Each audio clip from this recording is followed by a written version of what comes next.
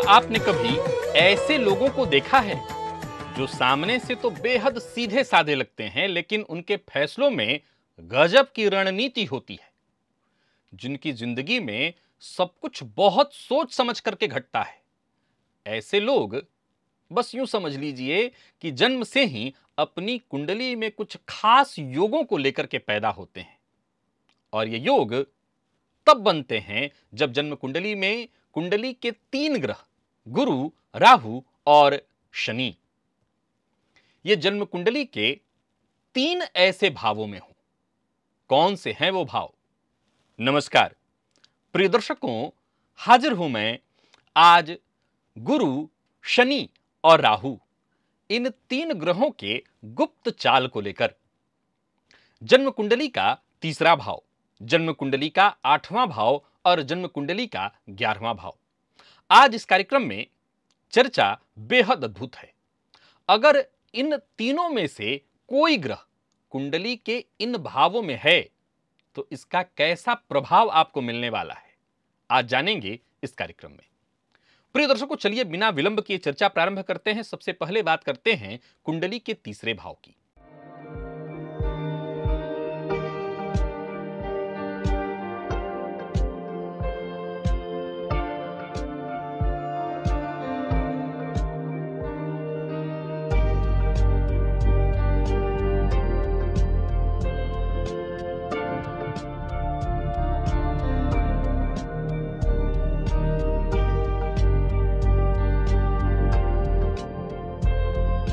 यह भाव रणनीति का ही है, साहस का है, प्लानिंग का है।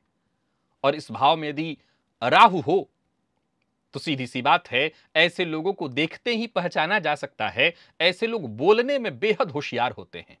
दूसरों को अपनी बातों में उलझाकर काम निकलवाना तो कोई इनसे सीखे।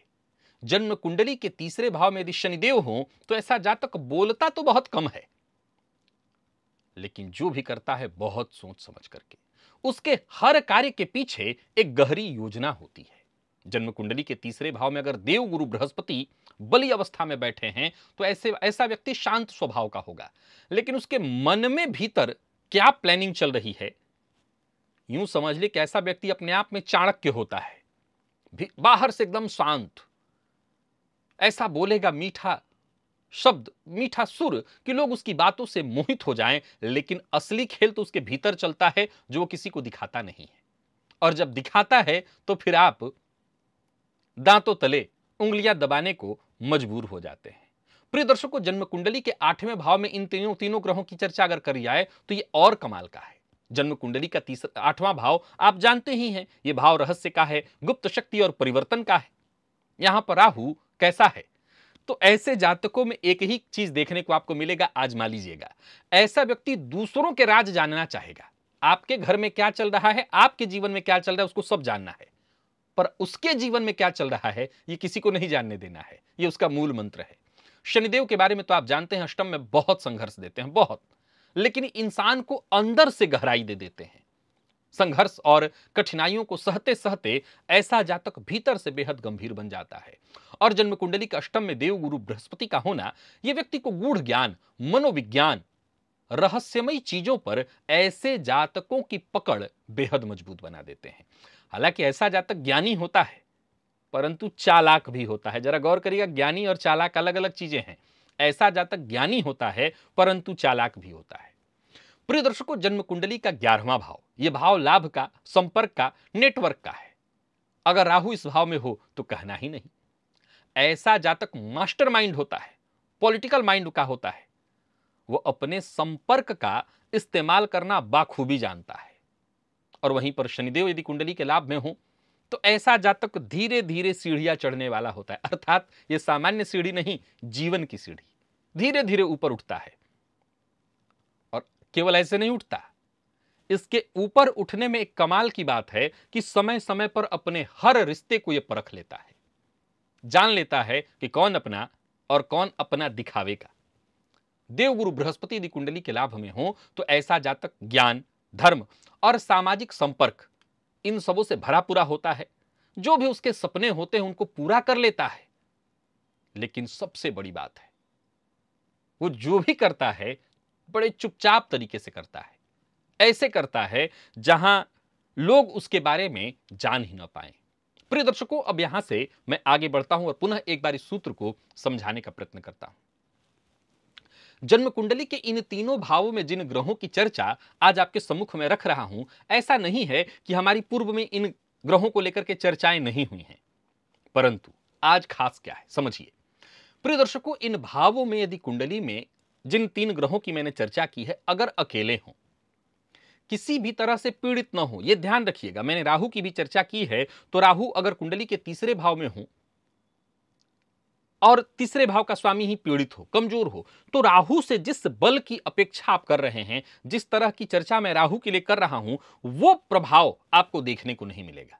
अर्थात राहु मजबूत स्थिति में हो, राहु जिस राशि में बैठे उसका राशिपति मजबूत हो, तो फिर आप देखिए ऐसे जातक का दिमाग देखिए, वो कैसे सबसे अपना काम निकलवा लेगा। ये चमत्कार उसके अलावा तो कोई कर ही नहीं सकता। प्रिय दर्शकों, अगर जन्म कुंडली में इन्हीं भावों में, जैसे जन्म कुंडली के तीसरे, जन्म कुंडली के 8वें या 11वें भाव में शनि, गुरु या राहु बैठे हैं, और ऊपर से, ध्यान से सुनिएगा, अब सूत्र आगे मैं बढ़ा रहा हूं, ऊपर से राहु अगर बैठे हैं, मान लीजिए तीसरे में राहु बैठे हैं, और ऐसे राहु का संबंध गुरु से हो जाए अथवा शनि से हो जाए, तो ज्योतिष शास्त्र के मर्मज्ञ कहते हैं कि ऐसा जातक हिडन गेम, छुपा हुआ गहरा खेल खेलने वाला होता है। अर्थात इतना खतरनाक दिमाग का स्वामी होता है कि वो सत्ता परिवर्तित करने तक की क्षमता रखता है। अब जाहिर सी बात है, हर व्यक्ति सत्ता नहीं परिवर्तित कर सकता। कहने का तात्पर्य कि वो जिस लेवल पर हो, जहां पर हो, उसकी रणनीति के आगे बड़े से बड़ा खोपड़ा भी शांत हो जाता है, उसके आगे टिक नहीं पाता। अब मान लीजिए कि जन्म कुंडली के 8वें में बैठे गुरु से राहु का संबंध बन रहा है, तो ऐसा व्यक्ति दार्शनिक होगा, बातें तो क्या कमाल की करेगा। तीसरे में भी गुरु हो, राहु का संबंध बन रहा है, 11वें में गुरु हो, राहु का संबंध बन रहा है। ऐसे ऐसे जातक कुछ बात बोले तो क्या दार्शनिक बातें बोलेगा। मतलब बस यूं समझ लीजिए कि ऐसे जातकों के लिए एक ही बात मैं कह सकता हूं कि चौकी की बात चौके में वो नहीं करेगा। अर्थात वो चालबाज होगा, वो बातें बहुत बड़ी बड़ी करेगा, ऐसी करेगा कि आप तो बस उसके सामने बोल ना पाए। प्रिय दर्शकों, जन्म कुंडली के इन्हीं तीनों भाव में शनिदेव को अगर राहु देखते हो, आप जानते हैं श्रापित योग है, मैं समझता हूं इस बात को, लेकिन ऐसे जातकों की हर चाल टाइमिंग के साथ होगी। गुरु और शनि का संबंध इन्हीं भावों में बन जाए, आप जानते हैं इसको आध्यात्म योग कहा गया है, बहुत अच्छा माना गया है। लेकिन इन्हीं तीनों भाव में गुरु और शनि का दृष्टि संबंध बन जाए तब तो ऐसा जातक धर्म और नीति के अंदर भी राजनीति शुरू कर देता है। जी हां, अब इस बारे में मैं ज्यादा चर्चा नहीं करूंगा, क्योंकि आजकल कुछ ऐसी चीजें आपको देखने को मिल जाएंगी।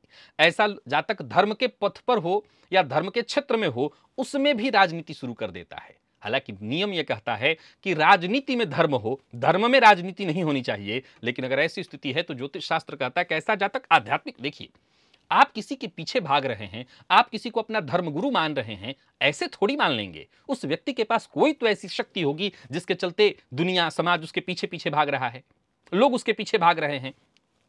उसके पास यह शक्ति होगी, यह क्षमता होगी, परंतु अपनी इन शक्तियों का वो दुरुपयोग करेगा, वो धर्म में भी राजनीति ले आएगा।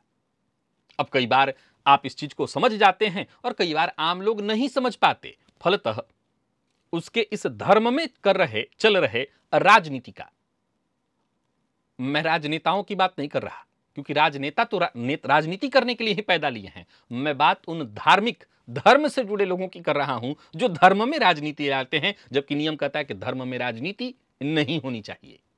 अगर इनमें से कोई भी एक योग आपकी कुंडली में बना हुआ है तो आप आजमा लीजिए। आज का कार्यक्रम बेहद छोटा था लेकिन बेहद ज्ञानवर्धक। अगर किसी भी कुंडली में इनमें से कोई एक ग्रह किसी ऐसी स्थिति में दिखाई पड़े तो आप समझ लीजिएगा कि ऐसा जातक आम नहीं है, ऐसा जातक खास है और खास कर सकता है। ऐसे जातकों के किए कार्य बड़े अभूतपूर्व और अद्भुत होते हैं। मैंने जिन कुंडलियों में इन सूत्रों को देखा है, ऐसे लोगों से एक ही बात कहनी पड़ जाती है, आप कमाल के हैं। कहां से आता है आपके पास इस तरह का दिमाग? आशा करता हूं आपकी कुंडली में अगर ये योग है तो आप इस कार्यक्रम को देखकर अपने गुणों के ऊपर मंत्रमुग्ध आप अवश्य हो रहे होंगे। आज के लिए बस इतना ही, इजाजत दीजिए। और अगर आपकी कुंडली में योग है तो कमेंट में एक बार अवश्य बताइए, ताकि जिनकी कुंडली में है उनको भी पता चले कि हाँ, ये योग है और इसका प्रभाव बड़ा ही अद्भुत है। मुझे इजाजत दीजिए, पुनः मुलाकात होगी। तब तक के लिए नमस्कार।